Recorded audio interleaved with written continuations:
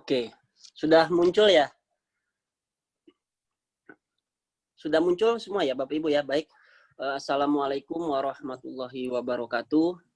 Selamat sore, salam sejahtera untuk kita semua. Waalaikumsalam warahmatullahi Bapak Ibu, Sarah, senang bisa berkumpul dalam situasi yang cukup membawa keprihatinan kita, merebaknya wabah corona Bapak Ibu. Memang kalau kita mau berpikir secara objektif, dampak dari corona ini memang luar biasa negatif. Banyak hal-hal yang lumpuh karena wabah penyakit, mulai dari level pemerintahan sampai level paling lokal. Dampaknya juga sangat luas. Namun jika kita mau mengambil hikmah, bagaimana kita selalu mengajarkan siswa kita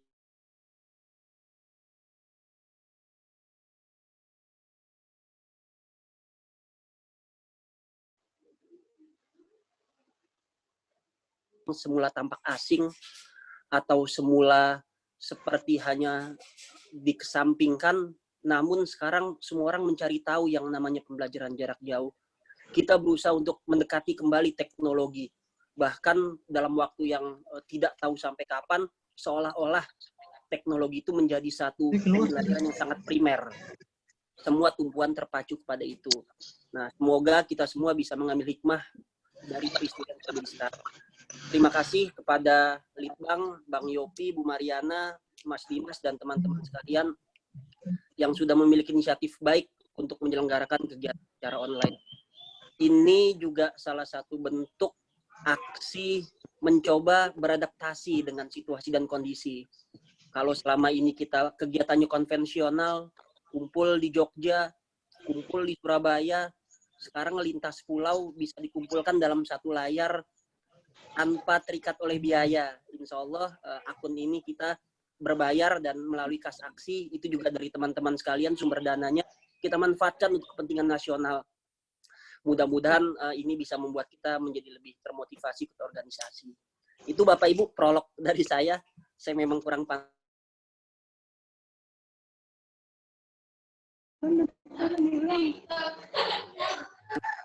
Dilihat dari sisi paradigma. Tentu paradigma di sini adalah saya ambil historisitas dan pedagogik. Kenapa historisitas? Karena kita adalah insan sejarah. Kenapa pedagogik? Karena kita adalah guru. Sehingga nanti kita akan ketemu yang namanya perspektif masa lalu sejarah dengan kita sebagai seorang guru yang terikat oleh seni dalam belajar mengajar. Seperti itu Bapak Ibu. Bapak Ibu sekalian, ini baru saya buat tadi kurang lebih ba'da zuhur. Saya coba konstruksikan pemikiran saya, akumulasi dari beberapa bacaan. Saya coba membangun satu imajinasi menjadi sebuah bangunan seperti yang ada di gambar Bapak Ibu. Saya coba jelaskan apa makna di balik gambar ini, satu konstruksi bangunan. Saya mencantumkan sejarah plus pedagogik sebagai satu konstruksi, sebagai sebuah pondasi. Kita sebagai manusia, apalagi kita seorang guru sejarah, tentu segala sesuatunya harus mengambil dari perspektif masa lalu. Tapi bukan masa lalu yang ansih, melainkan masa lalu yang dia terus berjalan, kita kontekstualisasikan dengan kondisi sekarang, termasuk kita mampu membangun satu visi untuk masa depan. Artinya sejarah tidak melulu masa lalu, tapi juga dia kontekstual dan dia juga futuristik. Itu yang harus dipahami, sehingga siswa sadar belajar sejarah itu tidak melulu sesuatu yang ketinggalan zaman, tapi kontekstual bahkan sangat visioner atau futuristik. Kemudian pedagogik itu adalah seni, bagaimana kita mampu menyampaikan tujuan pembelajaran melalui penggunaan model, metode, dan media. Bapak Ibu bisa bayangkan kalau kemampuan sejarah dengan kemampuan pedagogik bisa digabungkan sehingga melahirkan sebuah pondasi di atasnya yang saya sebut sebagai pedagogical content knowledge. Seorang guru memiliki kemampuan lebih Bapak Ibu. Dia tidak hanya kemampuan secara keilmuan laksana seorang sejarawan, tapi dia juga harus mampu menyampaikan materi yang disampaikan kepada peserta didik. Itulah kemampuan pedagogik. Persinggungan antara keilmuan, perspektif kontennya yaitu sejarah, dengan kemampuan kita mentransfer ilmu kepada peserta didik, melahirkan sebuah satu kompetensi yang disebut pedagogical content knowledge. Nah, ini yang berusaha untuk kita bangun. Sesungguhnya seorang guru sejarah itu harus memiliki dua perspektif. Perspektif knowledge atau ilmu pengetahuan, dan juga perspektif nilai, bahkan perspektif pedagogik. Nah, bayangkan betapa berat menjadi seorang guru sejarah. Yang menarik, pedagogical content knowledge, kalau dilihat dari gambar, dibangun dari dua pondasi atau dua tiang pilar. Saya menggambarkan pilar itu satu, kita belajar dari pengalaman kita di dunia nyata. Mungkin sebagian dari kita mengatakan sedikit yang kita peroleh di kampus. Mungkin lebih banyak main, nongkrong, atau saya waktu kuliah lebih suka main futsal, main game. Nah, tapi justru pengalaman di kehidupan nyata justru lebih banyak memberikan satu sumbangsih bagi berlangsungnya kehidupan kita, sehingga bisa menjalani satu eksistensi sampai masa sekarang. Nah, itu empiria. Tapi tidak menutup kemungkinan sebagian dari kita itu memperoleh pilar-pilar itu dari jalur akademik, dari studi oriented. Saya pribadi mulai tertarik kepada dunia akademik memang ketika saya kuliah S2. Ketika S1 saya tidak peduli itu apa IPK, saya tidak terlalu peduli dengan referensi. Ya taunya main futsal, kemudian main game. Baru kemudian ketika S2, ketika saya dekat dengan profesor saya, di situ saya mulai merasakan ternyata penting juga dunia akademik. Nah, keseimbangan antara empirik dengan akademik kemudian melahirkan satu kompetensi dalam diri yang saya katakan sebagai historical consciousness atau kesadaran sejarah. Karena kita insan sejarah, maka konsepnya kesadaran sejarah.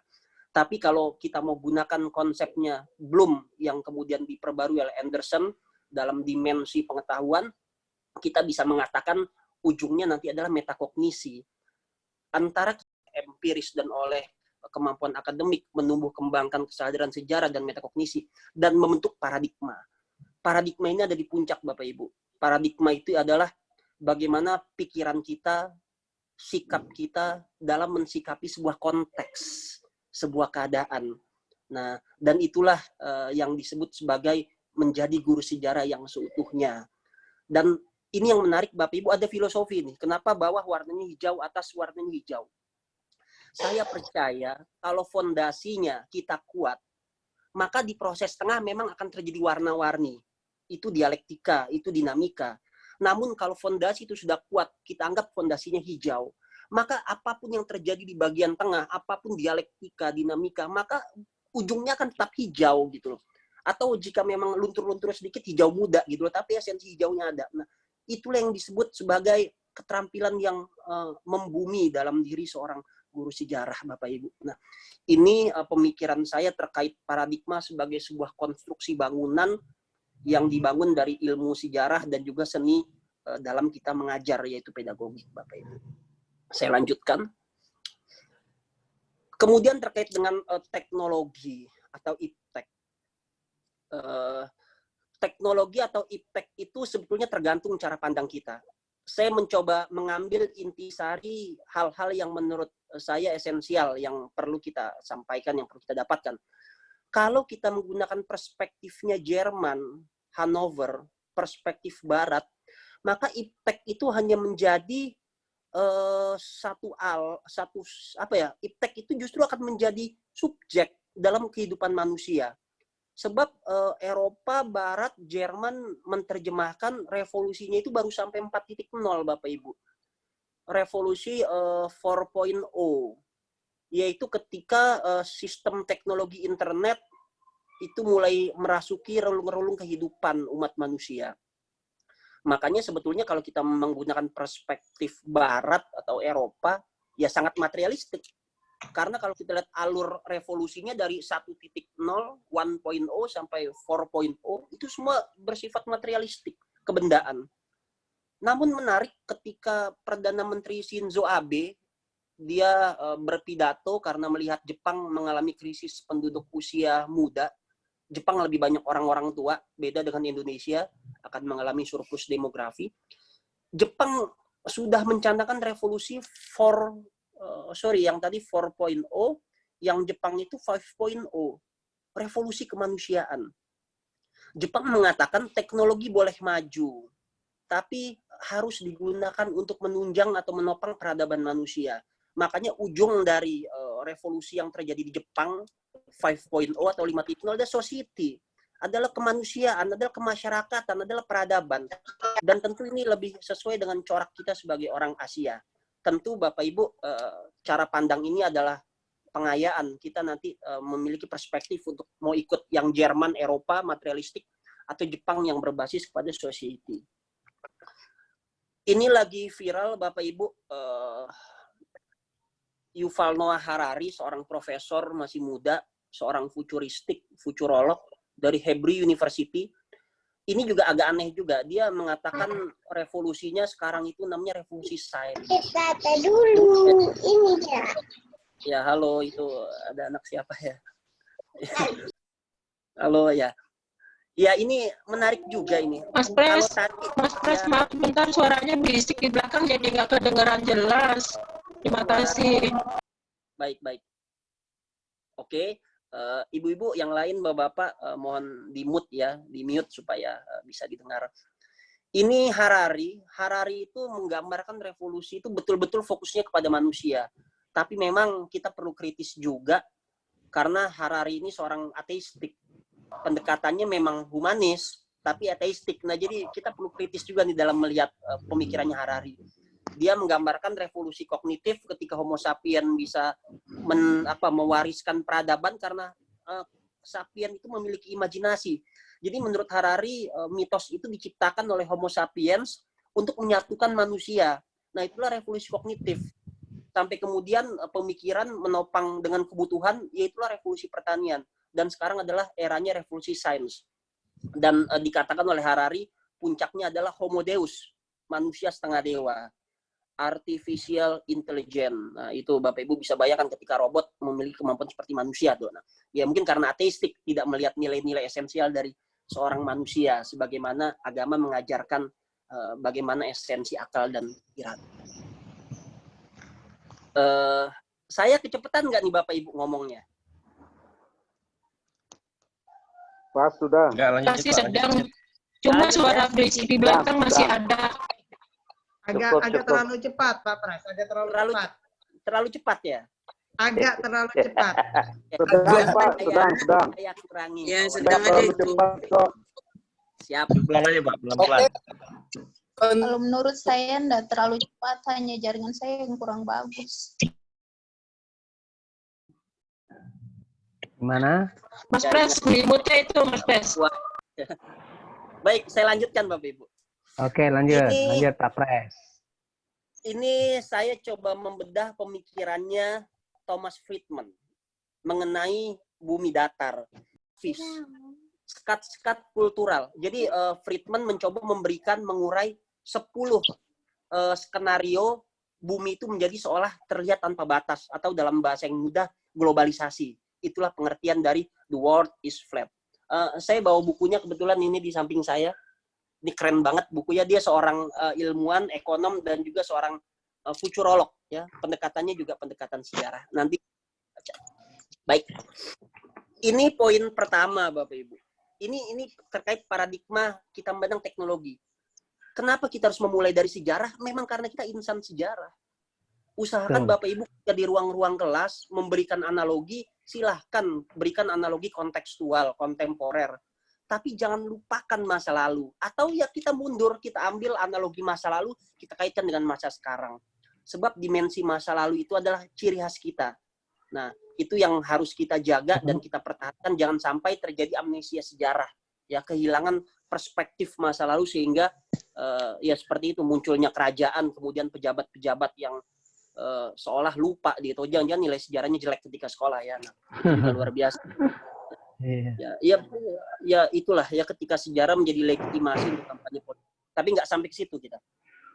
Ini menarik menurut Friedel. Yang pertama itu dia mengatakan dunia itu berubah, yang disebut oleh Friedel sebagai abad baru kreativitas, ketika tembok Berlin runtuh 9 November tahun 89.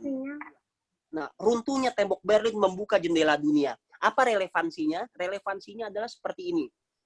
Tahun 80-an, Steve Jobs dan Steve Wozniak ya Bapak Ibu. Mungkin kalau kita nggak belajar sejarah, kita hanya tahu Steve Jobs itu Apple aja itu di masa sekarang. Satu produk yang digunakan oleh orang kelas menengah ke atas. Tapi satu gambar bersejarah ini memberikan satu bukti Ini Steve Jobs waktu Maaf. muda ya, sebelum almarhum ya. Mungkin dia mendengar Ada kita di belakang sekarang. itu enggak jelas.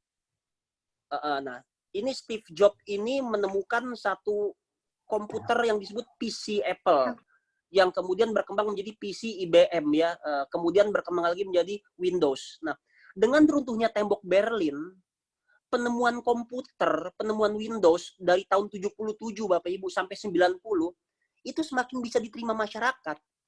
Artinya adalah Friedel mencoba melihat ketika komunisme masih mendominasi dunia, maka arus informasi, demokrasi, kebebasan itu akan terbelenggu. Sehingga ketika tembok Berlin runtuh secara simbolik, nah itu juga bisa dikatakan dunia sudah memiliki satu pemahaman yang sama terkait cara pandang terhadap dunia. Tentu kita bisa kritis. Cara pandang mau mengikuti ala Amerika yang liberalistik atau bagaimana. Nah, tapi Friedel mencoba menggambarkan faktanya setelah tembok Berlin runtuh, pemikiran kita menjadi homogen. Ideologi kita menjadi homogen, menjadi sama. Itu yang menyebabkan kemudian teknologi tumbuh kembang di seluruh penjuru dunia. Nah, artinya ada perspektif sejarah yang dibangun di sini.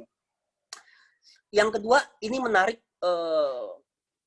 perspektif sejarah juga penting. Jangan sampai kita menggunakan satu tools, tapi nggak tahu dimensi sejarahnya. Repot juga itu. Anak mencoba mengkritisi Orde Baru, mengkritisi Orde Lama, tapi nggak tahu sosoknya Bung Karno, sosoknya Pak Harto. Nah, jadi dimensi faktual penting Bapak Ibu dibangun. Karena dari dimensi faktual konseptual, nanti hotsnya itu akan bisa lebih berpijak pada fondasi. Makanya saya selalu mengatakan yang namanya LOTS C1, C2, C3 itu fondasi. Fondasi satu anak tangga yang harus dilewati supaya C4, C5, C6 itu tidak liar. Berpijak pada fondasi. Nah, itulah analogi bangunan yang saya sampaikan di bagian awal tadi. Maka berikanlah entry behavior di ruang-ruang kelas, skill-skill dasar. Nah, seperti itu Bapak Ibu. Kembali ke tema ya. Ini digambarkan zaman konektivitas ya. Satu zaman ketika web diciptakan. Jadi dulu itu dunia terikat oleh skat-skat geografis. Ketika web diciptakan, perusahaan Netscape itu berkembang, maka orang itu mudah itu mencari informasi. Bisa connect satu sama lain ya. Tanpa ada yang namanya skat-skat geografis. Nah, dan web itu sampai sekarang masih digunakan ya, www segala macam. Nah, seperti itu. Ini salah satu domain, salah satu penemuan teknologi untuk mempertemukan jaringan-jaringan lintas negara, lintas bangsa untuk berbagai kepentingan dalam satu jejaring yang sama. Seperti itu. Ini juga menarik. Friedel mengatakan tahun 98 ada penemuan namanya perangkat lunak alur kerja. Saya juga baru tahu ketika baca buku Friedel. Ternyata yang namanya bisnis apa yang sekarang itu yang namanya e-commerce ya, unicorn itu bukan barang baru dari sisi sejarah. Sebab dikatakan dalam bukunya Friedel tahun 98 itu PayPal itu berkembang. Itulah awal mula ketika satu perangkat lunak mendesain satu alur kerja. Kalau sebelumnya itu orang itu menggunakan www internet hanya untuk musik, gambar, pesan. Tapi dengan adanya penemuan perangkat lunak alur kerja, orang itu mulai punya kepentingan bisnis. Nah, mulai punya kepentingan ekonomi. Ini juga satu perubahan tahun 98. Mungkin karena di kita terjadi krisis ya, kita nggak tahu kalau dunia juga berkembang dari sisi ekonomi pada saat yang sama. Nah, seperti itu. Ini baru 3 poin nih. Ini kok nggak gerak ya. Ini poin 4. Kalau masa sekarang Undang-Undang Pemajuan Kebudayaan melihat komunitas, Friedel melihat komunitas itu tumbuh tahun 98. Dia mengatakan di sini adalah uploading. Kata uploading itu memasukkan atau memasukkan data ya, nanti selaras dengan download ya, mengambil. Ternyata sejarahnya upload, sejarahnya download itu dibuat oleh Apache berupa open source. Apa sih Apache? Apache itu satu komunitas. Nah, lahirnya blogger, Wikipedia, Amazon, podcast yang bisa kita gunakan secara gratis. Itu ternyata dalam bukunya Friedel merupakan hasil kerja para komunitas. Sehingga melahirkan satu perubahan baru bahwasanya sesuatu itu tidak harus bersifat komersil. Nah, ini menarik dan sekarang kita masih melihat banyak aplikasi-aplikasi yang diperoleh secara gratis. Itu sejarahnya tahun 98 Bapak Ibu ketika kekuatan komunitas yang dipelopori oleh Apache di Amerika itu melahirkan satu penemuan-penemuan di bidang open source, di bidang teknologi, dan bisa diakses oleh semua. Nah, ini satu perubahan menurut Friedel, poin keempat. Ini poin kelima, Bapak Ibu. Kalau sekarang kita bicara outsourcing, pasti ngomonginnya petugas pabrik ya, atau security satpam ya. Ini saya belajar dari bukunya Friedel mengenai bagaimana India mampu membangun kekuatan dunia. Saya cantumkan India itu penduduknya nomor 2 setelah Cina, India, Amerika, Indonesia ya. Nah, ini menarik, sedikit menarik. Tahun 47 India merdeka jadi sebuah negara. Perdana Menterinya ketika itu Pandit Nehru. Tahun 51 Nehru membuat perusahaan-perusahaan, bukan perusahaan. Nehru sangat concern ke pendidikan, dia membuat Institut Teknologi India, IT. Nah, kemudian memang sejarah itu tidak ada yang tahu ya, kadang sesuatu tidak terprediksi. India yang penduduknya banyak, yang semula hanya menjadi menjadi alatnya Amerika untuk perusahaan di bidang chip. Amerika bikin perusahaan chip di India karena melihat sumber daya manusia di India besar ya. Namun tahun 90 terjadi satu perubahan dunia, Bapak Ibu kalau tahu Millennium Book ya. Bapak Ibu kalau pernah dengar Year to Kilo. Ketika komputer-komputer di dunia macet gara-gara tanggalnya itu yang diplotting secara internal, dia hanya disetting 2 digit, dan itu berakhirnya itu mulainya 1900 ya. Depannya itu 19, Bapak Ibu. Karena waktu itu 1900-an berkembang teknologi komputer. Itu angkanya 19. Menjadi rumit ketika masuk milenium tahun 2000-an, kan dia nggak bisa ngebaca, Bapak Ibu. Karena depannya 19, hanya 2 digit di komputer, nggak bisa jadi 20. Maka 19 kembali ke 00 lagi itu waktu itu. Nah, ini yang menyebabkan terjadi kolaps dunia ketika itu karena komputer mengalami satu gejala kekacauan dikarenakan settingan tanggal yang tidak menyesuaikan dengan situasi milenium tahun 2000. Dan di saat yang sama, India mampu tampil karena memiliki sumber daya manusia, outsourcing, yang itu dibangun dari tahun 51. Dan puncaknya adalah ketika India membeli perusahaan milik Amerika yang bergerak di bidang optik, fiber optik, yang kemudian menjadikan India negara maju di bidang teknologi di masa sekarang. Nah, itu sejarahnya memang panjang, Bapak Ibu, dan ada momentum. Momentumnya tahun 90 ketika Year to Kilo, ketika waktu itu mengalami kemacetan di dalam settingan komputer manual seperti itu. India. Ini offshoring menurut Friedel, poin ke-6. Banyak orang bertanya di kelas siswa kita, Pak, Cina itu komunis atau kapitalis? Ya, saya selalu mengatakan Cina itu kompromistis. Ekonominya menggunakan kapitalisme, tapi politiknya tetap bertopang pada komunis. Artinya Cina itu menerapkan politik yang sangat menyesuaikan dengan situasi kondisi, politik pragmatis. Tapi kalau kita lihat perspektif sejarah, ini Deng Xiaoping, Cina itu sebetulnya masuk ke kapitalisme tahun 77. Ketika masa Deng Xiaoping, lompatan jauh ke depan, dia mengatakan simbol kejayaan sebuah negara adalah kekayaan. Simbol kejayaan sebuah negara adalah kekayaan. Karena itu Cina berusaha untuk bangkit, membuka dirinya terhadap ekonomi global. Tahun 2001, Cina ikut dalam WTO, World Trade Organization. Nah, ini yang kemudian menjadi salah satu pemicu lahirnya bumi datar juga menurut Friedel. Karena masuknya Cina ke WTO itu merubah pola pikir negara-negara barat yang sangat sentralistik. Sebab lahir sistem offshoring. Offshoring itu adalah yang sekarang kita kenal. Ciri khasnya Cina, menjual barang dengan harga murah. Nah, maksudnya adalah Cina itu memberikan pabriknya, barang-barangnya dibuat atau didirikan di negara lain untuk menekan pajak, menekan biaya produksi, menekan sumber daya manusia. Makanya kita bisa lihat produk-produk semua itu dibuatnya di Indonesia tapi made in-nya Cina. Atau kita bisa katakan lisensi. Nah, itu konsep offshoring. Untuk bagaimana Cina mampu membuat pabrik-pabrik di luar negeri, produk-produk dibuat di luar negeri untuk menekan pajak, upah buruh, dan sebagainya. Nah, itu Cina yang mempelopori. Ketujuh, ini menarik. Walmart, Bapak Ibu. Rantai pemasok ya, Walmart. Itu juga menarik ini. Jadi sejarahnya Indomaret, apa itu Carrefour, macam-macam ya itu. Nah, itu maksudnya adalah Walmart itu mencoba menjadi seperti gudangnya teknologi informasi. Kalau jadi dulu itu kan sesuatu itu parsial, produksi yang main si A, distribusi yang main si B, konsumsi yang main si C. Walmart itu mencoba mengambil semua gitu loh, menjadi sebuah toko, menjadi sebuah lembaga serbaguna, supercenter semua ada di sini. Nah, ini juga menarik ketika rantai-rantai ekonomi semuanya dipusatkan di satu titik. Nah, ini ke-8, insourcing. Ini sedikit informasi United Parcel Service. Ini ketika satu perusahaan kurir ya, Kiki Jene, itu nggak hanya bergerak di bidang paket, tapi dia memasok sampai pelayanan.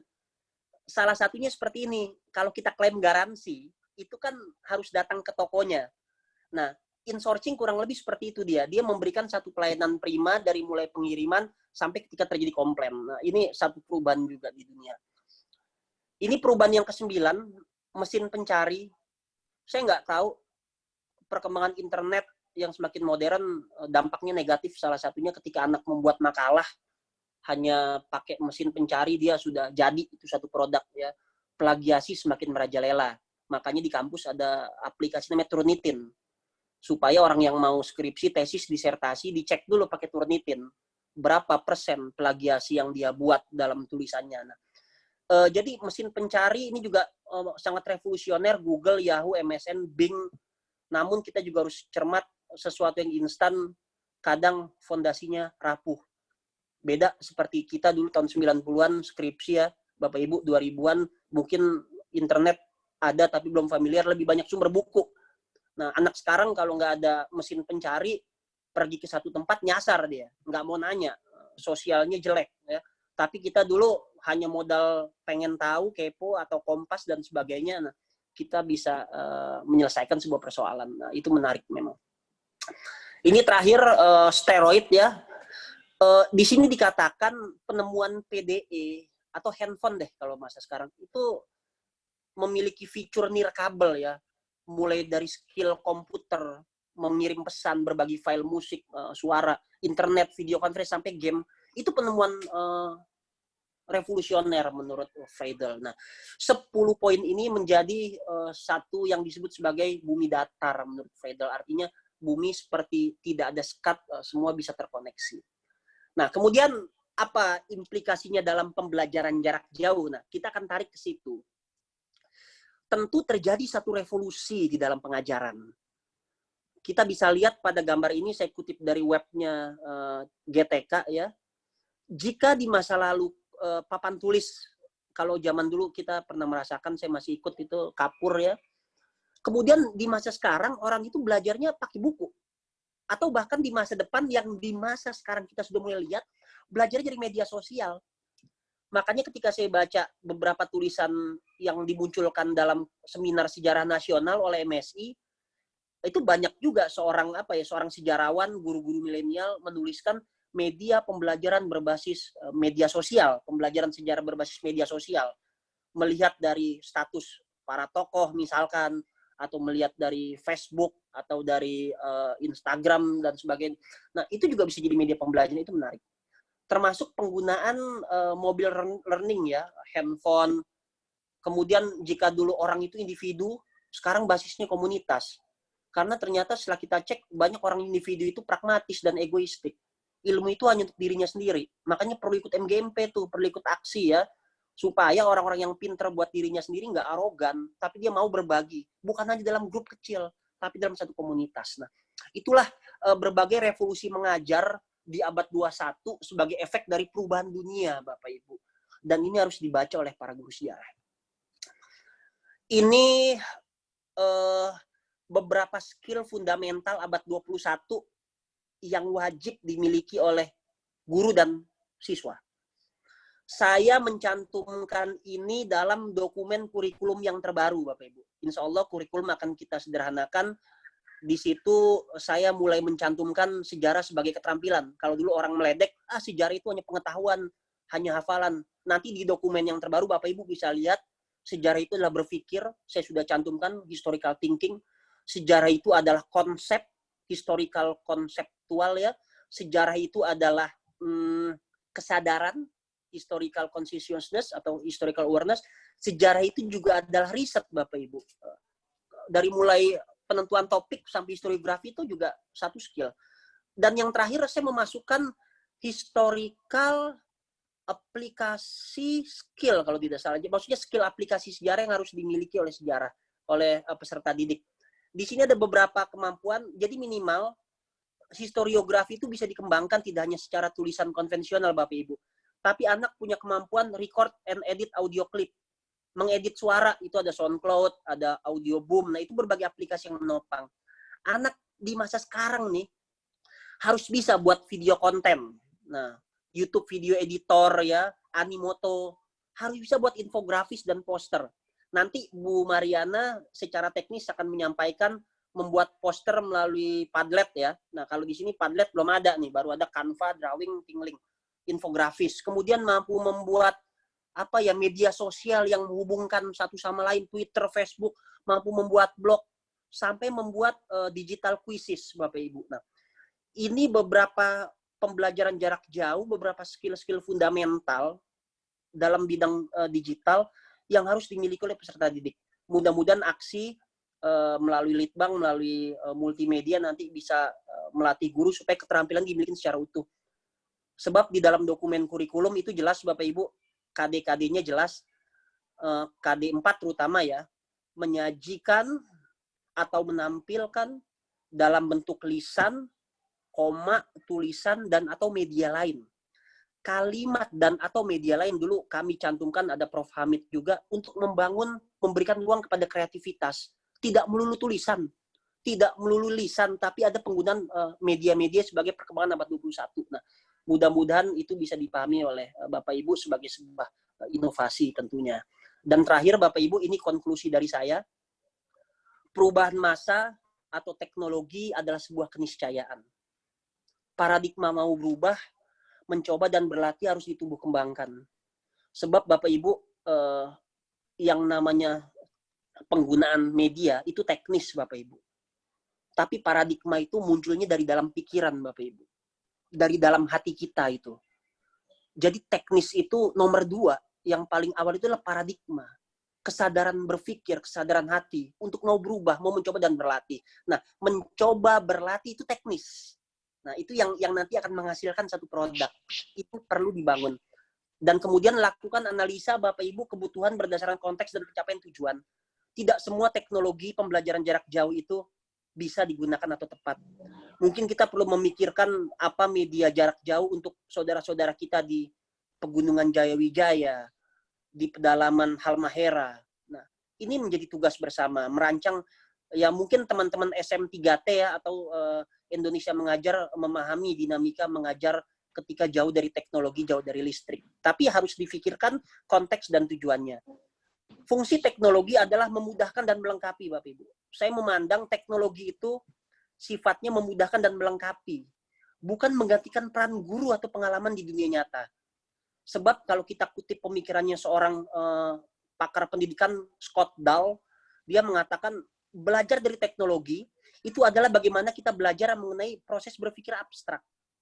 Artinya adalah kadang kita itu perlu juga mampu menghadirkan imajinasi di dalam pikiran anak supaya hemat waktu. Maksudnya begini, contoh yang dikutip oleh Dahl ya.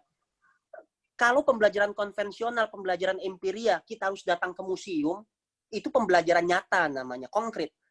Tapi secara harus berdasarkan ambak.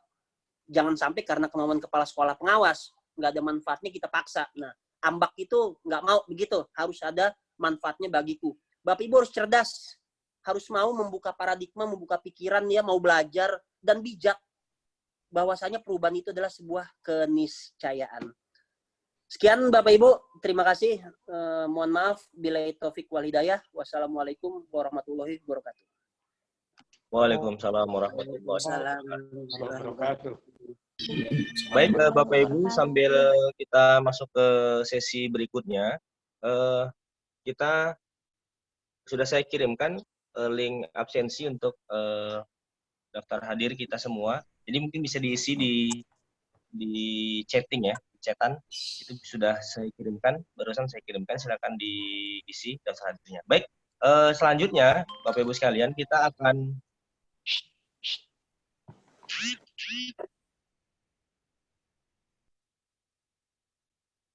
Baik, Bapak Ibu sekalian, selanjutnya kita akan masuk ke sesi yang berikutnya, yaitu dari Bu Mariana MPD, yang akan membimbing kita semua untuk menggunakan Padlet apa itu, dan bagaimana prosesnya. Nanti kita akan sama-sama dengarkan dari apa yang akan dipaparkan oleh Bu Mariana. Pada Bu Mariana dipersilahkan.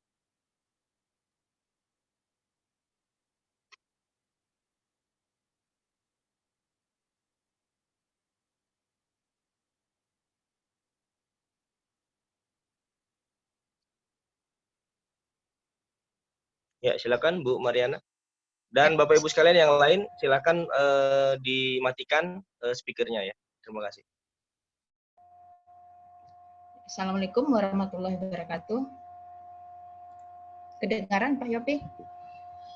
Ya, kedengaran Bu, dengar jelas, sangat jelas. Oh, ya. Silakan Bu. Oke, bentar.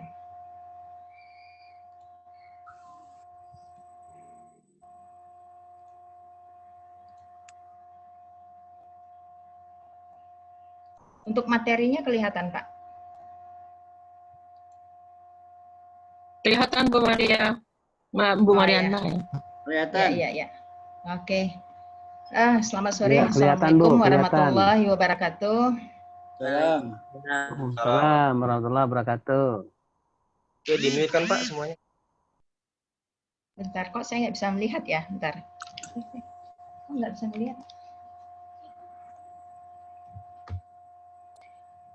Pada sore hari ini saya ingin menjelaskan tentang, ini nggak kelihatan, videonya. Wajahnya Ibu Mariana nggak kelihatan, Pak? Iya. Fotonya nggak kelihatan ya. Sudah? Gimana Pak? Sudah, Ya, sudah. Oke. Ya, hari ini saya ingin menjelaskan sedikit materi. Mungkin di antara kita sudah banyak yang tahu tentang apa itu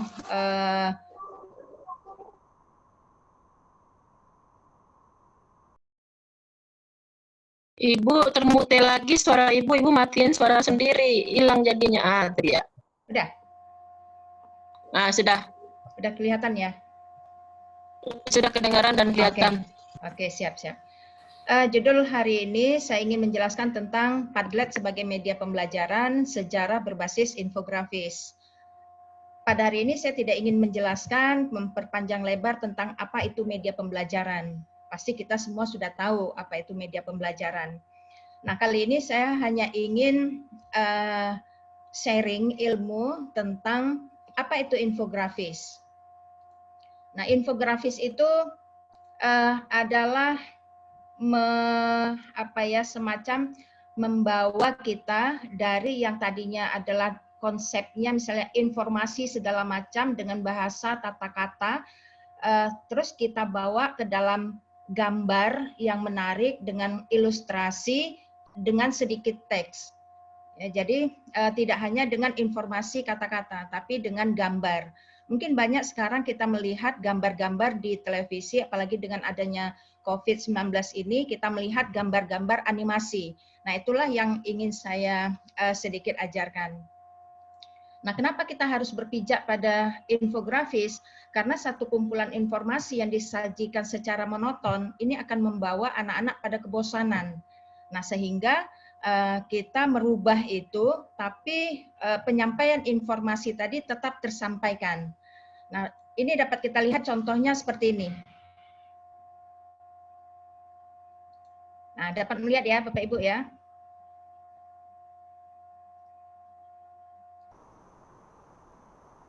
Oke. Lalu dapat lihat ya gambarnya ya. Oke, dapat Bu, jelas. Ada Bu Mariana. Nah, contoh seperti ini dapat lihat dan dapat mengerti juga. Oke. Nah, gambar seperti ini ketika mau kita sampaikan secara informasi verbal, maka akan terasa sulit. Nah, bagaimana misalnya gambar ini dengan judul pendaftaran gugatan online. Nah, ini gambar-gambar seperti ini pasti akan tersampaikan dan lebih menarik jika dibandingkan kita harus menjelaskan kepada siswa secara melalui kata-kata. Begitu juga dengan contoh yang di sebelahnya, keduanya. Nah, jadi ini lebih simpel. Ya.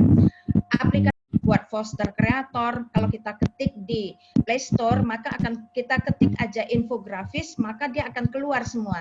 Ada Canva, VisArt, dan lain-lain. Nah, ini dapat kita manfaatkan untuk media pembelajaran.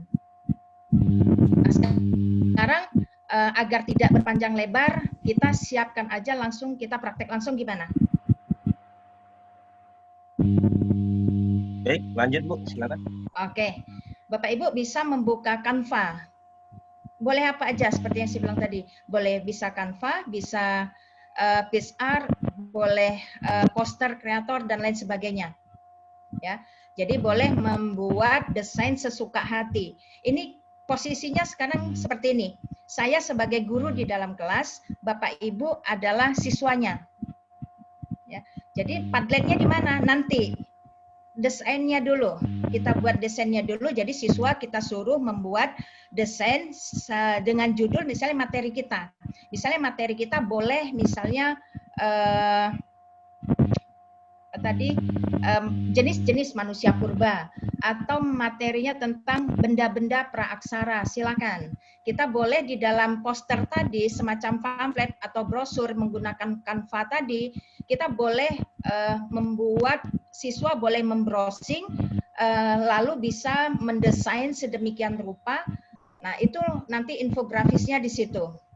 Nah, sekarang saya kasih waktu dulu 10 menit untuk kita membuat infografis dengan materi terserah Bapak Ibu. Mau nanti materinya misalnya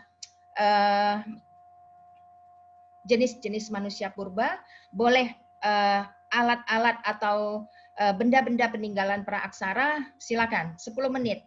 Ini kita praktek langsung. Siap ya? Bunda, Ya, mungkin maaf. bisa diulang lagi, Bu. Tadi Bunda Ya. maaf tadi Kembali. terbentur sinyal. Oke. Ini bagaimana Bunda bisa diulang tadi terbentur sinyal? Bisa diulang Bunda? Oke, boleh. Bisa. Nah, di HP Bapak Ibu, ya, mungkin kita sekarang ini kan ada yang menggunakan laptop, ada juga HP di sebelah kita. Ya. Gitu. Nah, kita di HP kita ya, langsung kita praktekkan buka Canva, ya, buka Canva. Buka teh. Di HP kita buka Canva. Bentuknya buka Canva. Oke. Udah? Canva boleh. Pokoknya VisArt boleh, Canva boleh, apa aja boleh. Apa yang ada. Nah, kalau Canva yang seperti ini. Hurufnya C. Udah ya? Kelihatan ya? Udah. Oke. Boleh pilih, kita boleh pilih macam di sini ada model-model model-model kotaknya, kolasenya. Jadi kita anak biarkan dia berimajinasi, siswa biarkan dia berkreasi dengan membuat materi di dalamnya memuat tentang misalnya manusia purba atau misalnya tadi peninggalan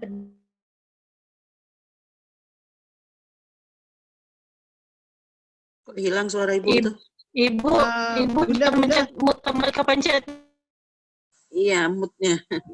Oh iya, nggak tahu ini kenapa otomatis. Bunda. Sebelum dimulai tolong di-mute-kan dulu Bu ya, semuanya Bapak Ibu sekalian. Saya ulangi sekali lagi, tolong di-mute-kan. Kalau nggak akan baik. Silakan Bu Mariana. Oke, siap. Nah, kita membuka Canva. Selain Canva, boleh bermacam-macam aplikasi yang lain. Boleh tadi misalnya melalui Canva, boleh VisArt, boleh misalnya poster kreator, apa itu boleh. Udah? Bunda, maaf mau nanya, di sini yang di Canva ini. Bu, mohon maaf Bu, waktu bertanya nanti Bu ya, setelah materi. Silakan. Ya. Nah, nanti saya kasih waktu 10 menit buat Bapak Ibu di Canva, ya, di Canva ini. Nah, boleh memilih kolasenya, kotaknya seperti apa. Jadi ibaratnya siswa kita berikan dia kebebasan, ya, mau kolomnya 2, mau kolomnya 1, kita serahkan aja sama siswanya. Jadi misalnya dia membuat sebuah produk di sini, ya produk di sini dia membuat misalnya membuat materinya kita misalnya tentang media peninggalan praaksara. Nah, jadi klik aja satu. Nah, klik satu, ya posternya. Setelah itu ada tulisan edit, kita edit. Nah, seperti ini. Ya, gambarnya. Kalau kita klik satu kotak, terserah gambarnya atau bentuknya di Canva itu gratis, banyak macam. Nah, kita klik satu. Setelah itu di situ ada edit, kita klik editnya. Nah, ketika kita klik editnya, maka ini bisa kita ganti. Nah, gambar-gambar tulisan bisa kita ganti. Ya, bisa kita ganti gambarnya dan silakan siswa untuk mengganti gambar tersebut. Misalnya materi kita tentang media peninggalan praaksara. Mau ganti misalnya sarkofagus, kita suruh siswa memberi keterangan apa itu sarkofagus. Atau yang telah saya lakukan misalnya seperti ini. Ketika mengajarkan tentang media peninggalan praaksara, saya menyuruh memberikan tugas kepada siswa untuk membuat pantun sejarah. Gimana pantun sejarah? Ini hanya contoh untuk inspirasi bagi kita. Misalnya siswa peninggalan praaksara itu kan ada banyak. Ada sarkofagus, ada dolmen, dan lain sebagainya. Nah, ketika kita harus menjelaskan kepada siswa, anak-anak ini sarkofagus, ini mungkin ada kebosanan buat mereka. Ya, nah kita membuat pantun sejarah. Misalnya gini, anak-anak saya terserah kamu mau memilih tentang peninggalan sejarah itu yang mana saja boleh. Saya gitu. Berikutnya setelah itu buat pantun. Nah, jadi misalnya engineering-nya, teknologinya itu masuk semua. Lalu kita bukukan menjadi satu buku sejarah, Bitly biasa, terus garis miring, Padlet aksi. Ya, silakan yang sudah bisa selesai membuat atau sudah ada, kirimkan dulu, nanti akan terlihat Padletnya itu di mana. Nah, silakan 10 menit Bapak Ibu atau 5 menit bagi yang sudah boleh kita saling diskusi. Boleh mute-nya dibuka.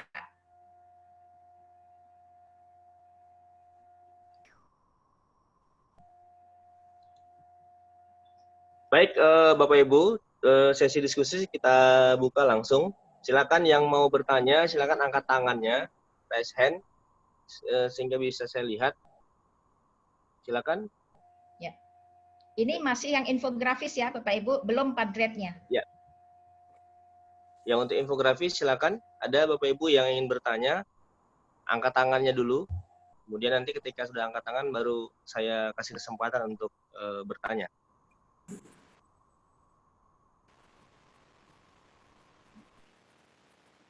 Ya, mereka sedang membuat kali. Saya. Ya, silakan Pak. Angkat tangan, Pak. Saya tanya, Pak. Angkat tangan, Pak. Angkat tangan, Pak. Siapa Saya itu? tanya. Oke, Pak Ambro. Udah angkat tangan. Untuk tampilan, angkat tangan, Pak. Angkat tangan di situ, Pak. Raise, Pak. Ya, oke. Bu Eti Wayunani, silakan. Ya. Banyak yang angkat tangan.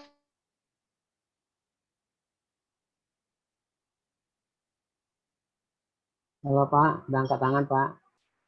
Oke, Bu Eti silakan.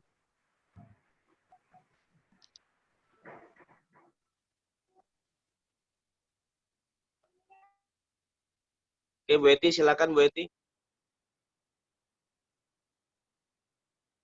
Ada Bu Naning, ada Bu Eti, silakan Bu Eti. Yopi saya. Halo saya. Oke, Bu Eti, silakan Bu Eti. Yang angkat tangan langsung aja.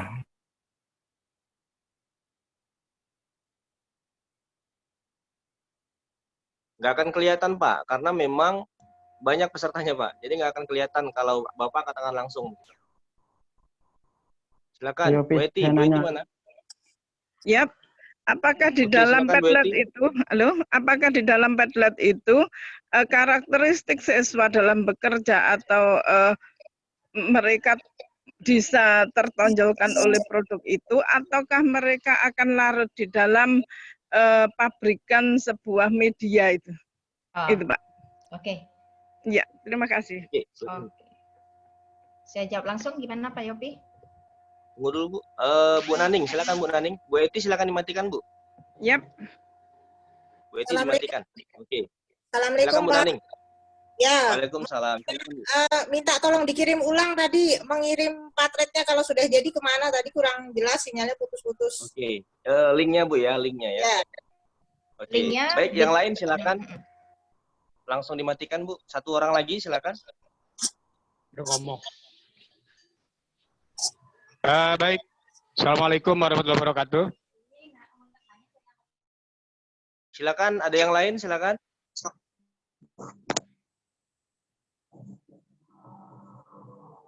Bagaimana aturan yang sudah kita sampaikan Bapak Ibu sekalian? Sebelum bertanya diangkat tangan dulu Bu, Bapak Ibu sekalian, di raise hand ya.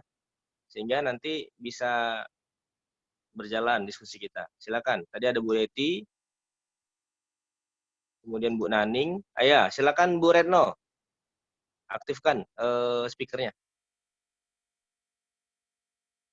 Bu Retno. Bu Retno Susilawati. Assalamualaikum Ya, warahmatullahi silakan, Bu. wabarakatuh. Waalaikumsalam. Saya ingin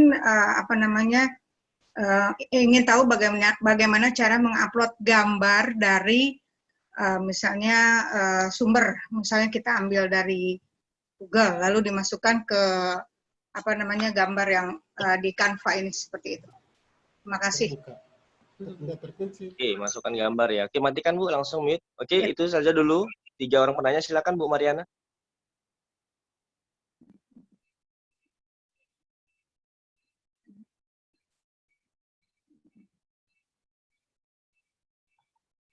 Oke, Bu Eti dengar ya? Oke. Oke. Padlet, bagaimana cara memasukkannya? Itu nanti tahap yang kedua.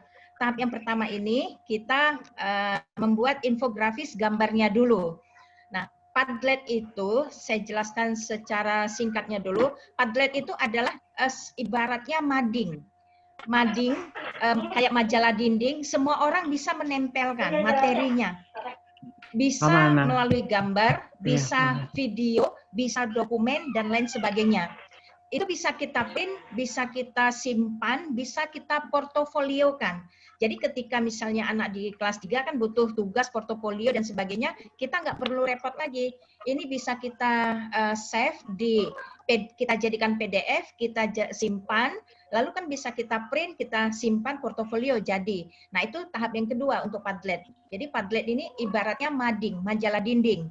Ya, jadi nanti majalah dinding tadi atau di dinding sejarah tadi atau majalah dinding tadi, semua siswa yang sudah mengumpulkan dapat melihat. Nah ini juga sebenarnya salah satu trik untuk bagaimana siswa tadi tidak bekerja sama. Misalnya kita sebutlah contoh yang pantun tadi. Nah siswa boleh melihat pekerjaan temannya yang lain punya. Jadi ketika itu sama maka dia nggak boleh sama lagi. Jadi menimbulkan kreatif berpikir siswa untuk mencari menarasikan dalam bahasa sejarah ini dengan kata-kata yang berbeda. Tapi itu nanti yang kedua, bagaimana cara membuat Padletnya atau mengirimkan Padletnya nanti itu tahap kedua. Yang pertama sekarang ini adalah membuat kita dulu infografisnya, gambarnya. Jadi siswa kita suruh atau ibu-ibu, dalam hal ini saya suruh membuat semacam poster atau semacam pamflet atau brosur menggunakan media Canva, piece art, dan lain sebagainya. Isi materinya itu tentu kita sesuaikan dengan pelajaran kita pada hari itu. Nah, yang kedua, bagi Bapak Ibu yang sudah membuat atau sudah bisa, karena saya yakin guru sejarah kita ini nggak gaptek, karena sudah ada beberapa yang japri saya kemarin, ya, Bu, seperti ini Canva, ya benar, ya. Nah, itu yang sudah ada, kirimnya kemana? Kirimnya ke bit.ly L sama egret, berikutnya garis miring Padlet aksi. Nah, semua kirim ke situ. Nanti akan melihat, ya. Jadi di chat sudah saya tulis. Ada bit.ly Padlet aksi. Sudah ditulis ya, bisa kan? Ya sudah Bu, ya. Nah, sudah. Sekarang kan timbul pertanyaan, bagaimana cara mengirimnya gitu ya? Bu Mar. Ya. Halo. Ya. Pengirimannya tadi kemana Bu alamatnya? Sebenarnya di chat kita ini sudah saya tulis. Di situ ada bit.ly. Bit.ly itu tulisannya udah di chat udah saya tulis. Bit.ly. Udah di chat aja. Oke deh. Nanti bisa disampaikan di grup. Ini saya tulis lagi ya, mungkin tadi ternaik scroll ke atas. Ini langsung aja Bapak Ibu copy. Tulis. MBTV, ada mana? Di copy paste itu sama dengan absensi ya, Bu? Ya. Kok syuting. Dah terbuka enggak? Padlet aksi. Nah, di chat grup saya sudah tulis. Ya, sudah ada bit.ly Padlet aksi. Ya, coba kita tulis dulu nanti bentuknya seperti apa ya? Ya, sudah terbuka. Oke, bentar ya. Saya juga membuat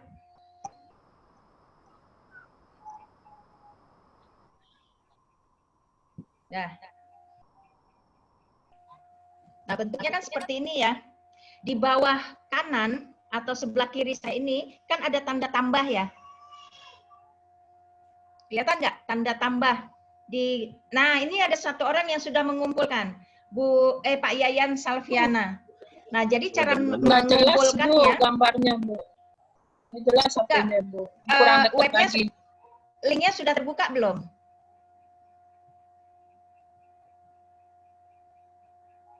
Kalau linknya sudah terbuka, maka akan terlihat.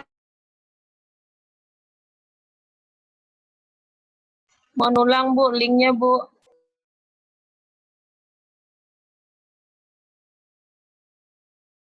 Ibu mencet mute lagi, Bu. Ulang linknya, Bu. Tolong. Udah, kedengaran? Sudah, Bu. Diulang dong, Bu. Oke. bit titik L Di chat Y sudah ada, Bu. Ya? Di chat sudah ada. Iya, di chat di chat sudah sudah ada. saya tulis. Tinggal di copy paste aja, Bu. Udah 2 kali saya tulis. Nggak apa-apa, mungkin Biar Zoom mantap. Nah, itu udah, Bu. Ini ada tulisannya kecil jadi nggak kebaca, Bapak. Mohon maaf. Ya, nggak apa-apa. Pelan-pelan. Pelan-pelan aja. bit.ly L-Y garis miring Padlet aksi. Katanya sambung ya, tulisannya jangan diputus. Tanya-tanya. Ya. Silakan. Ya, ini dari awal tentang Canva atau Padlet tadi loh. Kita download di Play Store-nya Padletnya kan atau Canva-nya? Oh, bukan. Canva-nya. Padlet nggak usah di Padletnya, nanti kita harus mendaftar. Nanti saya sharing ya. Tapi tampilan Canva-nya kok beda yang seperti dimaksud Ibu ya? Nggak apa-apa. Mau seperti apa bentuk Canva-nya nggak masalah. Yang penting sudah membuat gambarnya ya. Oke. Karena mungkin ada yang sudah terupdate, ada yang belum. Dan aplikasi untuk membuat infografisnya kita tidak harus pakai Canva. Anak-anak kita biarkan, anak-anak sebenarnya sudah lebih paham, Pak. Biasa karena mereka membuat foto dirinya dengan berbagai macam kreatif. Jadi bisa menggunakan Canva, selain itu PixArt, bisa ada lagi poster kreator dan lain sebagainya. Kalau kita ketik di Play Store, infografis, maka akan keluar itu aplikasi semuanya. Sudah? Sekarang sudah membuat, sudah tersimpan cara mengirimkannya. Ketik yang bit.ly Padlet aksi tadi, maka akan keluar sebuah mading, ibaratnya sebuah dinding, ya, tempat kita meletakkan hasil kerja kita. Nah, di sini di ujung paling bawah itu ada tanda tambah. Kita klik tanda tambah. Klik tanda tambah, maka nanti kita akan diminta menuliskan judul tulisannya apa. yang kita kerjakan tugas tadi apa. Lalu nama, kalau boleh bisa kasih nama, karena nanti kan tugas anak-anak kan mau kita nilai. Ya, nah lalu ada tanda panah menuju ke atas. Nah itu untuk kita mengupload hasil kerja kita tadi.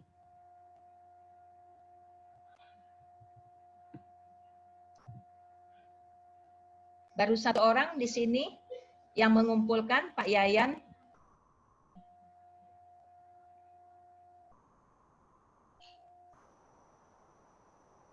Bu, Ya. Saya kok nggak bisa loh Bu mengambil apa namanya itu sampah itu Bu.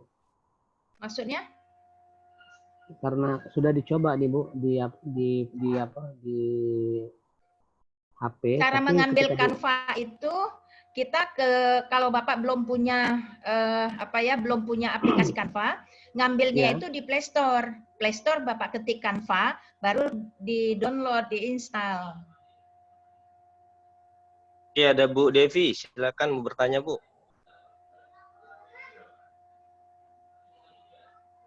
Bu Devi, silakan Bu. Ya Bu, silakan. Bu Devi Butik, silakan Bu. Unmute-kan speakernya.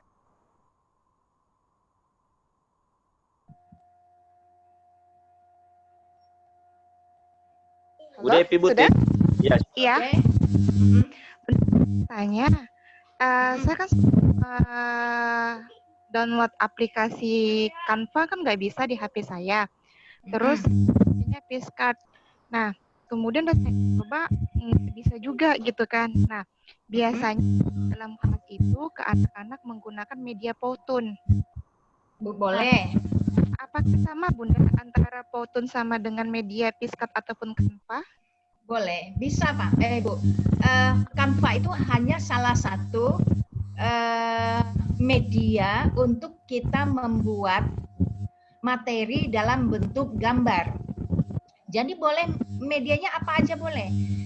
Karena setiap HP kita kan berbeda-beda speknya. Ada yang kuat Canva, silakan. Ada yang pakai PixArt, boleh. Ada yang pakai Powtoon juga boleh.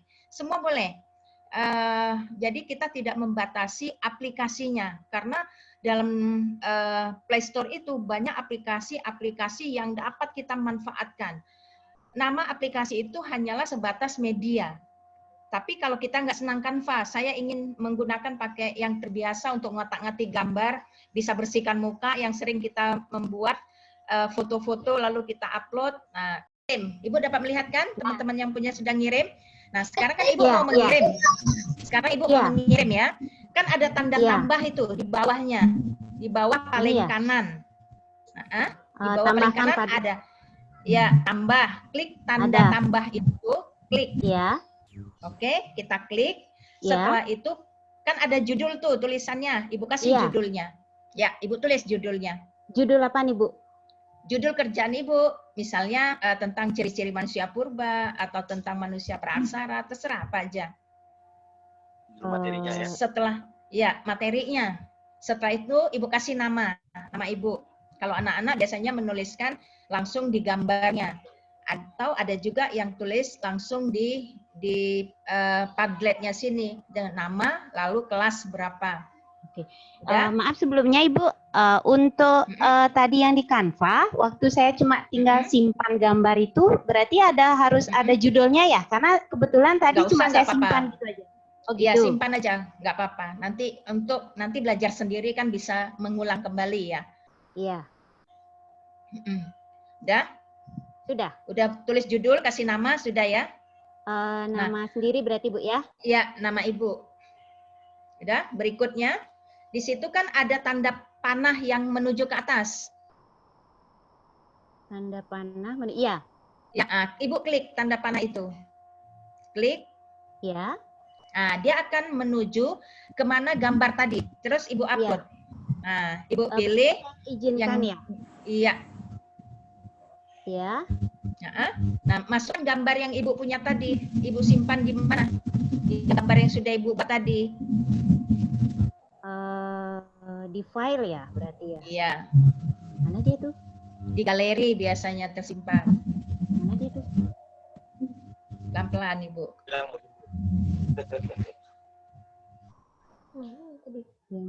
Bu. Apa-apa, pelan-pelan. Malu mungkin, malu-malu mungkin.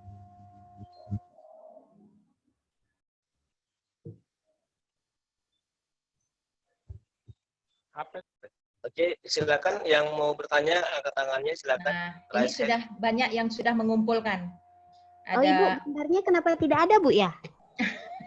Tadi di HP Ibu simpan di mananya? Di galeri biasanya, coba galeri. Oh gitu, ya. Iya, biasanya di galeri itu tersimpan hasil kerja kita. Ya, otomatis deh. Iya. Dapat?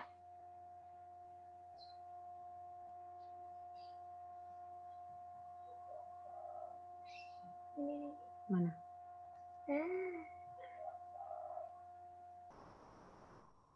Nggak ada, nggak masuk deh. Nggak ada Bu, nggak kesimpan sepertinya.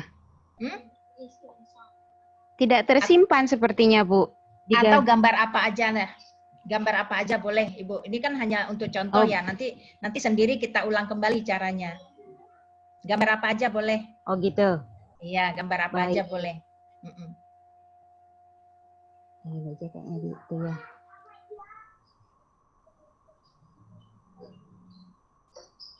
Oke, sudah? Oke, Sudah ya? sudah. Dah, dikirim berarti. Nanti akan masuk, akan kelihatan Ibu. Sudah? Di Padletnya nanti akan kelihatan. Nah, gambar apa itu, Bu? Ibu tadi mengirim gambar apa?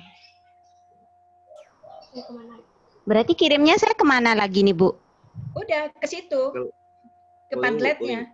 Linknya tadi. Kayaknya ini keluar dari link, Bu. Nah, ulang Oke, lagi oke. ketiknya. Ya, ya, saya coba ulang dulu, Bu ya. Terima kasih. Boleh, ya. Ya, yang lain silakan. Yang ingin bertanya angkat tangannya. Ya, Bu Eva. Mana? Bu Eva di mute. Bu Eva.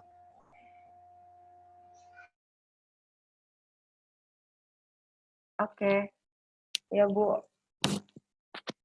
Ibu, Oke, Pak Abdul Somad. Oke, Pak Abdul Somad, silakan Pak Abdul Somad.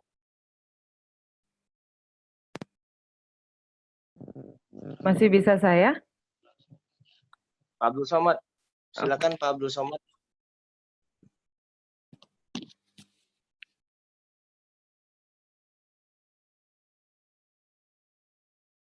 Silakan Pak Abdul Somad.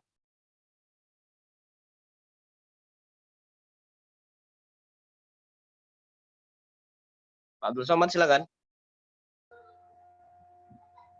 Ya, silakan Pak Abdul Somad.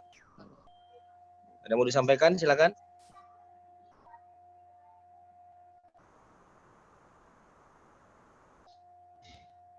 Abdul Somad. Ingin bertanya. Ya. Boleh, Bu? Ya, silakan. Oh iya, ini tadi saya kan mati sebentar. Untuk yang tugas saya udah baru ngirim tuh yang cover aktualisasi, Bu. Oh ya, udah masuk. Terus Yang rancangan aktualisasi ya. Ya, betul. Itu lewat Canva. Ya. Nah, yang sebelumnya materinya apa ya, Bu? Ya ini dulu, membuat Canva aplikasi ini dulu. Baru pertama, Bu? Ya, baru pertama. Oh iya, makasih. Nanti setelah itu bagaimana cara membuat Padletnya, dindingnya. Nah, dinding ini kan punya saya ya. Ya. Nah, nanti masing-masing Ibu bisa membuat sendiri. Nanti saya share cara membuatnya. Jadi di kelas nanti link yang Ibu berikan ya Ibu punya. Siap, laksanakan. Adingnya tadi. Oke. Ya. Ada lagi? Sudah selesai semua mungkin? Kita Pertanyaan, lanjut Bu. cara membuat Pertanyaan, Padlet. Bu. Saya mau nanya, Bu. Bertanya di chat. Oh yang ya. bertanya di chat. Silakan, silakan. Bu. Saya. Ya. Ya, saya udah ngirim tuh ke tadi, tapi dua, ada gambar dolmen dan nama saya. Udah diterima belum? Kuncoro. Ya, Ambroisius Kuncoro. Oh ya. Sudah masuk, Pak. Oke, terima kasih. Oke. Bapak dapat melihat sendiri kok, Pak. Iya, betul. Yang Bapak kirim dapat melihat Cuma sendiri. meyakinkan saja. Meyakinkan. Oh ya. HP kita sama layarnya. Bapak punya sama saya punya layarnya sama. Nah, jadi Bapak Ibu, ini Canva ini adalah dinding sejarah milik guru, milik saya kan artinya. Nah, nanti kalau saya ajarkan nanti bagaimana membuat Padletnya, berarti itu link Bapak punya. Jadi nanti bagaimana cara men-share, membuat linknya, nanti akan saya share lagi. Jadi nanti anak-anak membuat kreasinya dalam bentuk tulisan dan lain sebagainya, kata-katanya, juga gambarnya, nanti dikirim ke Bapak, ke link yang Bapak punya. Jadi Bapak bisa menilai mereka punya, dan Bapak bisa melihat langsung melalui HP. Jadi ini salah satu cara mengirim selain menggunakan Google Classroom. Biasanya kan kita menggunakan Google Classroom. Nah, ini adalah cara lainnya selain Google Classroom. Jadi sebenarnya ada banyak cara kita untuk menyampaikan dan mengirimkan materi. Nah, kali ini kita membuat yang Canva menggunakan Padlet. Nanti di lain waktu kita mungkin nanti akan saya sharing lagi bagaimana cara membuat blog pribadi. Seperti yang Pak Pres tadi mengatakan, ada Blogger, ada WordPress, dan lain sebagainya dengan menggunakan media Google yang serba gratis semuanya. Dan ini sama cara mengerjakannya sebenarnya simple, sama seperti kita membuat Canva. Awalnya infografis. Awalnya kan kita bingung, apa sih infografis itu, gimana caranya. Nah, sekarang kita paling tidak, ini pertemuan pertama, ini sudah membuka mata kita, oh ternyata seperti ini. Nah, jadi siswa akan merasa lebih tertarik untuk membuatnya. Nah, setelah itu nanti baru kita menuju ke Padletnya. Nah, ini sudah banyak yang sudah mulai mengumpulkan. Sudah ada lebih kurang 21. Kita bisa melihat sendiri di HP kita. Sudah kan? Bisa melihat sendiri ya Bapak Ibu? Nah, Ibu ada yang mau nanya itu lagi. STEM udah bisa masuk di sini. Ketika siswa atau kita mendesain gambar, itu sudah masuk seninya. Ya. Lalu ukuran kanan kiri apakah sesuai ukurannya, itu sebenarnya sudah masuk engineering-nya. Menggunakan teknologinya, sudah masuk semuanya. Jadi sebenarnya STEM itu tidak masalah buat orang-orang sejarah. Oke, silakan. Mau tanya Bu, ini sudah saya buat, setelah saya kirim, muncul dikirimkan lewat apa lewat email, lewat hangout, atau lewat apa Bu? Untuk mengirimkan gambarnya Pak. Oke, ada yang mau nanya Bu, Abdul Somad. Bapak Abdul Somad mau mengirimkan gambarnya. Saya tadi nanya Bu. Bapak mau mengirimkan gambarnya, itu buka dulu linknya bit.ly Padlet Aksi. Nanti di situ Bapak ngirimnya. Iya, makasih Bu. Oke. Yang nanya Pak Yopi. Oke, Pak Abdul Somad ya. Oh, silakan. Dari tadi Pak Abdul Somad. Ya. Silakan Pak. Silakan Pak. Ya. Assalamualaikum warahmatullahi wabarakatuh. Waalaikumsalam. Terima kasih. Salam hormat kepada Presiden dan Bapak Ibu. Ya. Suaranya tidak kedengaran Pak. Kedengaran. Lanjut aja Pak. Saya mau tanya yang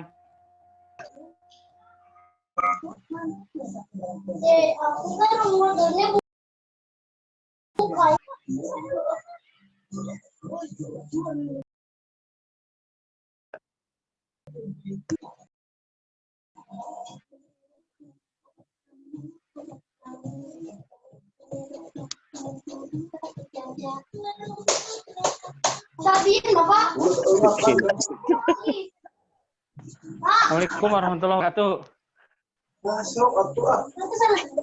Assalamualaikum warahmatullahi wabarakatuh.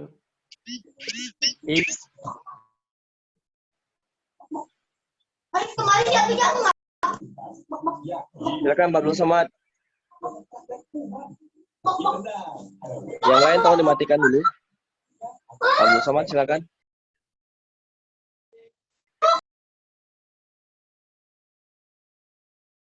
Pak Abdul Somad silakan.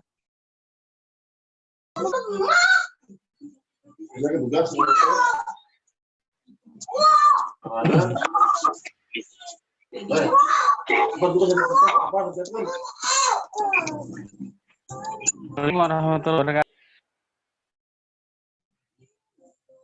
Ya, silakan Pak Abdul Somad. Bapak. Pak. Siapin, Bapak. Abdul Somad silakan. Pak. Atau Bu Rahmi, silakan Bu Rahmi. Silakan Bu Rahmi.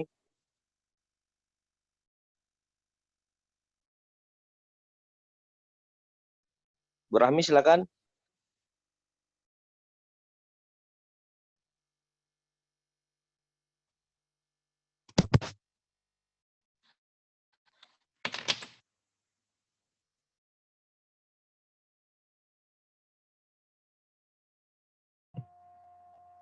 Silakan yang mau bertanya lagi. Bu Rahmi sama Pak Abdul Somad. Pak Abdul Somad silakan Pak. Kedengeran nggak ya Pak suara saya? Kedengaran. Ya dengar Pak, dengar. Oh iya. Mau nanya, ini untuk dapetin link yang punya Ibu, yang apa Padlet aksi itu, caranya gimana untuk dapetin link itu? Bapak buka di browser. Buka browser, ketik atasnya. Bit.ly, Saya udah kirim, Bu. Tadi, Ibu, saya udah kirim gambar ke situ, udah. Maksudnya untuk Ibu dapetin link itu, untuk Ibu dapat link. Ya, nanti itu yang kedua. Itu yang kedua. Nanti yang kedua, Pak. Oh, iya. Ya, sekarang kan, sekarang ibaratnya, ini siswa sudah mengumpul semuanya kan? Yang kita semua bisa melihat ini, ibaratnya siswa sudah mengumpul, jadi kita bisa melihat di linknya tadi ini yang saya berikan tadi ini. Jadi ada yang namanya siapa ini macam-macam di sini, ada yang nggak kasih nama, dan gambar Rocky Gerung, ada gambar apa lagi nih, Indonesia masa kolonial, ada pokoknya macam-macam. Nah, artinya kita sudah tahu atau sudah bisa membuat media infografis gambar sejarah. Nah, jadi kalau yang di sini tadi gambarnya macam-macam, Rocky Gerung, ada macam-macam lain sebagainya, ini kan hanya contoh ya, teman membuat supaya selesai, tapi diharapkan kita paham.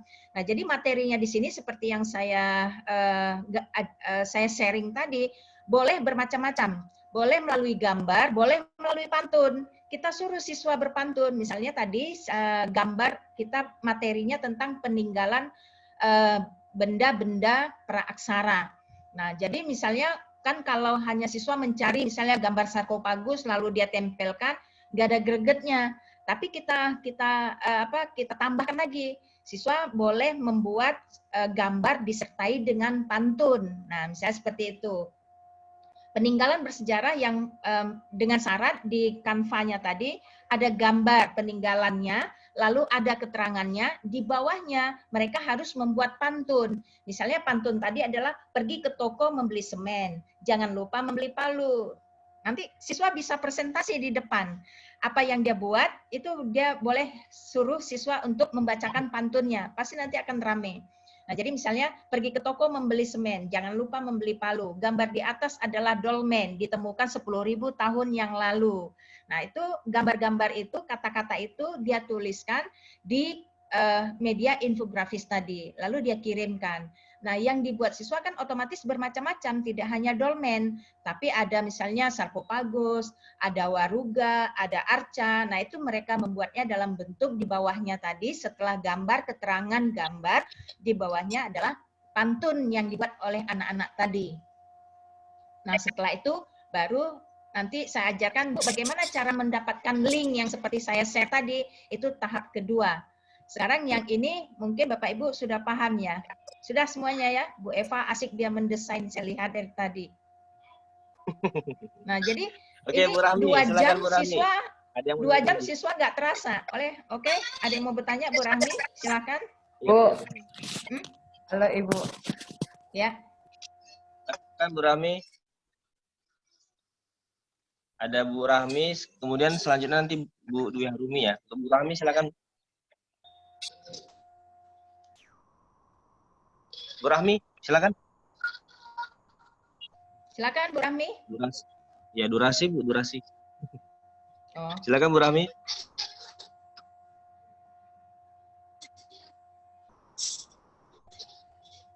Bu Rahmi, silakan Bu Rahmi.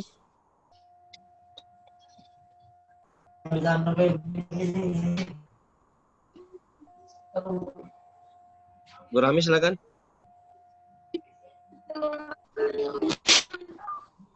Tidak bisa sinyal. Bagus sinyal Bu ya. Baik, Bu Dwi Harumi. Assalamualaikum. Waalaikumsalam Bu Dwi. Waalaikumsalam, silakan Bu Dwi Harumi. Ini Bu, saya kan sudah selesai dari tadi, tak screenshot, terus ngirimnya kan nggak bisa. Ngirimnya? Tak screenshot. Ibu buka dulu link yang saya kasih tadi, yang bit.ly, Padlet. Linknya bukanya di mana, Bu? Di browser. Browsernya di?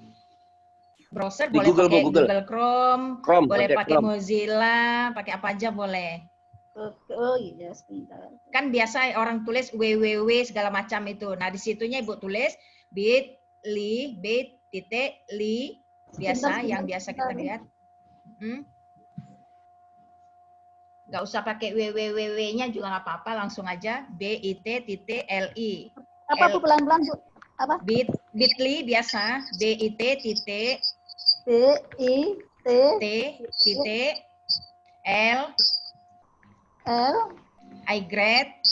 Y tahu ya? Garis miring, udah Padlet aksi. Ada di Chattingan sudah ada Bu, chat chattingan. ada. Nah, itu Ibu klik. Langsung enter aja. Umar, Ya. sekalian saya tanya ini ya. Oke. Kan saya buatnya di HP. Ini simpennya dia selalu bertanya simpan sebagai apa? Simpannya gambar. Gambar, Ibu simpan misalnya di galeri boleh, di HP-nya Ibu pokoknya kayak Ibu foto biasa, kan nanti tersimpan dengan sendirinya. Tapi aku Setelah tadi Ibu udah nyoba. Ini selalu ketika saya simpan sebagai gambar, dia muncul macam-macam ini penawaran simpan dengan bayar itu loh. Oh enggak, langsung dia simpannya ke HP kita kok Bu. Oh gitu. Tapi saya cari di galeri saya kok nggak ada ya? Nggak ada. Nggak Atau ada. coba nanti coba Di download dibuat ulang mungkin lagi. nggak Bu, di galeri ke downloadnya ada mungkin nggak? Ya di download Bu mungkin. Di download. Bagian download mungkin. Halo Kalau Bu. nggak di galeri, bagian Ya. download. Ibu Mariana. Ya, siap. Kalau saya digambar Bu, keluarnya Bu. Ya. Iya, makanya tergantung dari HP kita sendiri-sendiri. Lulu gimana udah? Bu Lulu silakan Bu Lulu. Bu Lulu Masroh silakan. Saya mau tanya, cara memasukkan gambar-gambar itu loh, kok nggak bisa saya ya? Oh, cara memasukkan gambar ke Padletnya. Iya. Ya. Buka dulu browsernya yang linknya sudah terbuka belum? Bit.ly garis miring Padlet aksi tadi udah terbuka belum? Sudah saya kirim ke situ. Cuma kan itu masih hanya kalimat aja. Yang lain kan udah bisa buat memasukkan gambar-gambar ke kolasenya itu loh kemarin. Masukkan ke dalam Padletnya. Iya. Kan di bawah kanan. Ke Canva-nya Bu, ke Canva-nya itu caranya memasukkan video, gambar itu seperti apa? Itu dari tadi makanya saya yang cari. Oh gitu. Dari Canva-nya bukan ke Padletnya. Ya, belum bisa ke Padlet, Bu. Oh gitu. Jadi ini kan ada gambar nih, seperti ini. Ya. Ada gambar nih Canva. Ini kita hapus aja boleh. Ya, kita hapus boleh. Nah, ini kan ada gambar tanda di atasnya itu kan ada gambar keranjang dan lain sebagainya. Nah, itu diklik aja kan terhapus. Nah, cara memasukkan gambar berikutnya di bawah Canva itu dekat yang HP kita kan ada tanda tambah. Ya. Klik tanda tambahnya. Udah. Setelah itu kan ada tulisan teks dan gambar. Klik gambar. Ya. Klik gambar. Udah. Nah, kan ada di mana di HP kita tadi nih. Tinggal Ibu klik, nanti dia akan masuk. Baru kita sesuaikan gambarnya. Umar, berarti kita harus download gambar dulu ya? Tadi membuatnya kan di Canva. Iya. Enggak, nyari gambar sejarah itu loh, berarti kan di-download dulu, disimpan dulu di galeri. Iya, bisa. Oke, ya, makasih Bu Mar. Oke. Umar, Bu Ada Yuli lagi? nih. Ya. Bu Yuli. Ya, nih. ya, Ini gimana kan Bu aku Yuli? udah kayak gini nih. Nah, ini kan kelihatan ya. Nah, ini mau tak simpen tapi dia nggak mau kesimpan. Yang di atas Bu, yang di atas. Udah kan? Yang tanda panah ke bawah ya. Iya, ke bawah. Ya. Udah simpan sebagai gambar kan? Ya. Terus muncul gini, muncul apa desain macam-macam begini. Nah, ini yang mana ya? Aku tuh bingung soalnya kan dia mesti di sini yang muncul itu beli kredit. Jadi kayak nyimpennya itu dia menawarkan berbayar kayaknya gitu sih. Jadi ada biaya-biaya macam-macam. Jadi nggak kesimpan-simpan makanya dari tadi itu. Atau gambar apa aja lah dulu Bu Yuli masukkan. Oh iya. Ya, gambar apa aja dulu. Nanti udah sambil sih, udah jadi tadi. Udah.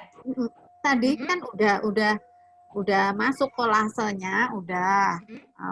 Kan udah. Nah, ini nyimpennya itu pada nyimpennya dia nggak mau simpan sehingga untuk nanti dikirim ke Bitly tadi kan jadi nggak ada, dicari kemana gitu, di galeri juga nggak ada, di mana-mananya. Nah itu saya nggak tahu apa kerjanya HP ini yang saya mungkin belum kalau gitu atau gimana ya. Kalau gitu gini aja, Ibu buka aja Bitly untuk kirim gambar Ibu punya yang ada di HP apa aja. Oh gitu. Tapi nggak usah kolase gitu ya. Nanti nggak usah kolase dulu, nggak apa-apa.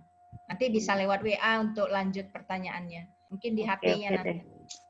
Ya. Oke, makasih Bu Ma. Oke, kasih nama ya Bu. Jadi tahu ini siapa punya gitu. Ini Bu Endang Pratiwi udah masuk. Dari Takalar Bu Hasna sudah masuk. Nah, jadi kita bisa melihat semua hasil kerja siswa kita kalau seperti ini. Nah, jadi kita dimanapun berada. Ada lagi yang bertanya? Tanya Bu. Ya. Saya Bu. Halo. Ya. Silakan Pak. Gini Bu. Saya tadi coba kok bisa masuk ke WA ya Bu. Apa itu memang bisa ya Bu? Hasilnya Bu. Maksudnya? Hasilnya itu gambar itu bisa masuk ke WA kan enggak Bu kira-kira Bu? Ini gambarnya masuknya ke Padlet sini. Oh gitu. Enggak, kalau memang dikirim ke WA Bu, bisa apa enggak? Bisa juga. Tapi linknya gitu. kan ke siswa nanti, ke WA. Ini kan agar terkumpul semuanya Pak. Kalau misalnya di WA kan takut tertimpa dengan yang lain-lainnya. Karena banyak mengirimkan obrolan misalnya. Kalau di sini kan siswa terkumpul punya semua di sini. Jadi siswa punya terkumpul di sini semua kerjaannya. Jadi Oke, Bu. Oke. Terima kasih, Bu. Oke. Menhir jam naning.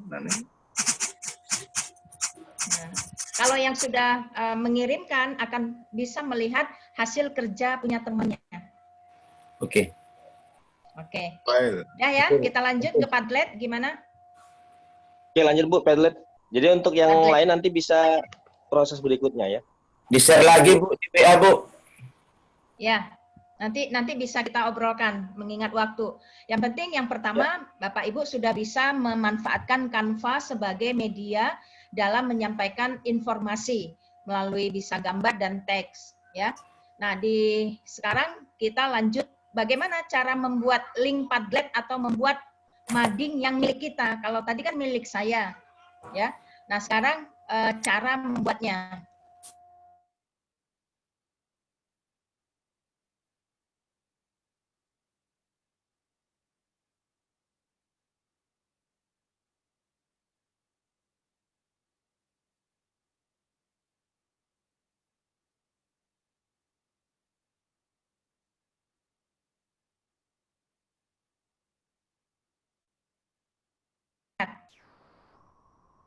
Ya, dinding Padletnya nanti sama seperti di HP. Jadi yang terkirim itu adalah seperti yang kita lihat di HP kita. Berikutnya Padlet. Dapat mendengar semua ya? Saya takutnya termute lagi. Oke, silakan Bu, silakan. Oke. Nah, sekarang Padlet. Padlet itu sebenarnya kalau bahasa simpelnya itu adalah apa ya, semacam majalah, semacam mading. Jadi semacam ruang ya, semacam ruang di mana semua orang dapat menempelkan hasil pekerjaannya dan semua orang bisa menilai dan semua orang bisa melihat. Ya, itu sebenarnya Padlet tadi. Nah, lalu bagaimana cara membuat Padletnya? Ya, sekarang kita praktek langsung membuat Padlet. Ketik di Google ya padlet.com. Ayo, silakan. Nanti akan terlihat gambar seperti yang ini.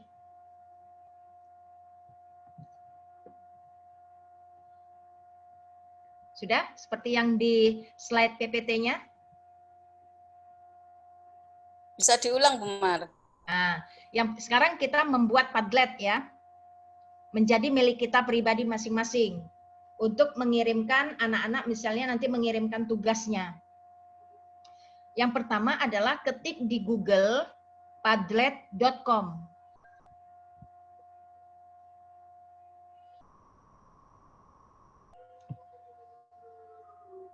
Sudah?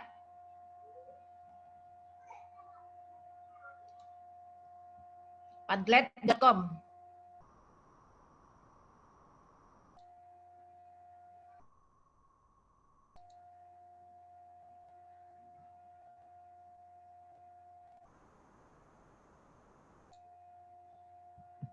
Sudah, Bapak Ibu?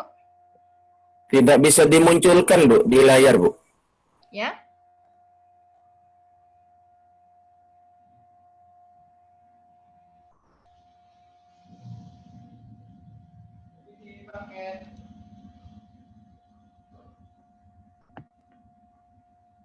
Udah belum ketik padlet.com? Bentar ya. Siap sudah, Ibu. Anja paket. Ya, benar. Ya.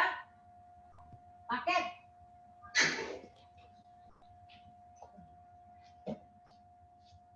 Sudah, Bapak Ibu? Sudah. Ah, muncul gambarnya seperti itu yang di PPT-nya. Ya. Oke. Langsung ya, langsung berikutnya seperti tanda panah di situ. Sign up yang free. Berikutnya muncul lagi yang seperti ini. Sudah?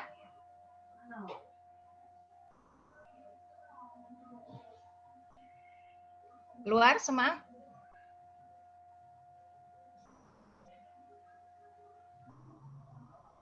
Ketik tadi padlet.com ya. Lalu sign up. Nanti sign up-nya itu boleh menggunakan Google, kita punya yang akun Google kita. Sudah?